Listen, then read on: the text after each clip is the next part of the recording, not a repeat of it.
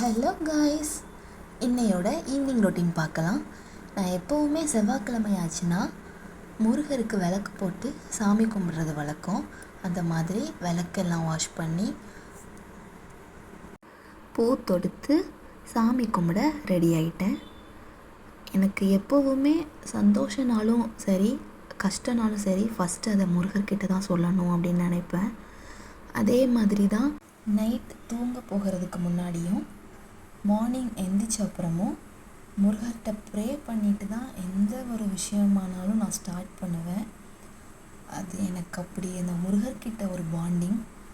எப்போவுமே சாமி கும்பிட்டுட்டு சஷ்டி படிப்பேன். மனசு ரொம்பவே ரிலீஃபாக இருந்த மாதிரி ஃபீல் ஆகும்.